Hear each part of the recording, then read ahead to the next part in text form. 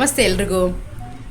Give and take policy ಪ್ರತಿಯೊಬ್ಬರು ಇದನ್ನು ಅವರವರ ಜೀವನದಲ್ಲಿ ಅಳವಡಿಸ್ಕೊಳ್ಳೇಬೇಕಾಗುತ್ತೆ ಅಲ್ವಾ? ಯಾಕೆ ಅಂದರೆ ನಾವು ದಡ್ರ ಥರ ಎಲ್ಲ ನಮ್ಮದೇ ಎಲ್ಲ ನಮ್ಮವರೇ ಅಂತ ಏನೋ ಎಲ್ಲ ನಾವು ಅವ್ರಿಗೆ ಒಂದು ಸಹಾಯ ಮಾಡೋದಿರ್ಬೋದು, ಹಣದ ರೂಪದಲ್ಲೋ ಅಥವಾ ಏನೋ ಒಂದು ಫಂಕ್ಷನಲ್ಲೋ ಹೋಗಿ ನಾವು ಎಲ್ಲ ಮಾಡೋದು ಏನೇ ಒಂದಾಗಲಿ ನಾವು ಮಾಡ್ತಾ ಇದ್ದರೆ ನಮ್ಮ ಕೈಲಿ ಮಾಡಿಸ್ಕೊತಾ ಇರ್ತಾರೆ, ನಾವು ಬಕ್ರಾಗಳಾಗ್ತಾ ಇರ್ತೀವಿ. ಅದೇನೇ ಗಿವ್ ಆ್ಯಂಡ್ ಟೇಕ್. ಅವ್ರೇನು ನಮಗೆ ಕೊಡ್ತಾರೋ ಅದನ್ನು ನಾವು ಅವ್ರಿಗೆ ವಾಪಸ್ ಕೊಡಬೇಕು. ಅವರಿಂದ ನಮಗೆ ಪ್ರೀತಿ ಸಿಗ್ತಾ ಇದೆಯಾ, ನಾವು ಕೊಡಬೇಕು. ಅವರು ನಮ್ಮನ್ನು ದ್ವೇಷಿಸ್ತಾ ಇದ್ದಾರಾ, ನಾವು ಕೇರ್ ಮಾಡಲೇಬಾರ್ದು. ಎಲ್ಲಿಡಬೇಕು ಅಲ್ಲಿಡಬೇಕು. ಹಾಗೆ ಯಾವುದೇ ಅಷ್ಟೇ ನಮ್ಮ ಜೀವನದಲ್ಲಿ ಯಾರಿಗೇ ಆಗಲಿ ಅವರಿಂದ ನಮಗೇನು ಸಿಗ್ತಾ ಇದೆ ನಾವು ಅವ್ರಿಗೆ ಅದನ್ನು ವಾಪಸ್ ಕೊಡಬೇಕು. ದಡ್ರ ಥರ ಎಲ್ಲ ನಮ್ಮದೇ, ಎಲ್ಲ ನಮಗೋಸ್ಕರ ಎಲ್ಲ ನಮ್ಮವರೇ, ಎಲ್ಲ ನಾವು ಮಾಡಬೇಕು ಅಂತ ನಾವು ಮಾಡ್ತಾಯಿದ್ರೆ ನಮ್ಮ ಕೈಯಲ್ಲಿ ಮ್ಯಾಕ್ಸಿಮಮ್ ಎಷ್ಟಾಗುತ್ತೋ ಅಷ್ಟು ಚಾಕ್ರಿ ಮಾಡಿಸ್ಕೋತಾ ಇರ್ತಾರೆ.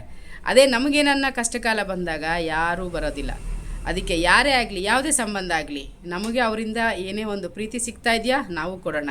ಅವರಿಂದ ಏನೋ ನಮಗೆ ದ್ವೇಷಿಸೋದು ಅಥವಾ ನಮ್ಮನ್ನೇಗೋ ಕೇರ್ ಮಾಡದೇ ಇರೋದು ಮಾಡ್ತಾರಾ, ಅದಕ್ಕೆ ಡಬಲ್ ನಾವು ದೂರ ಇಡಬೇಕು. ಅಷ್ಟೇ ಜೀವನ. ಏನಂತೀರಾ?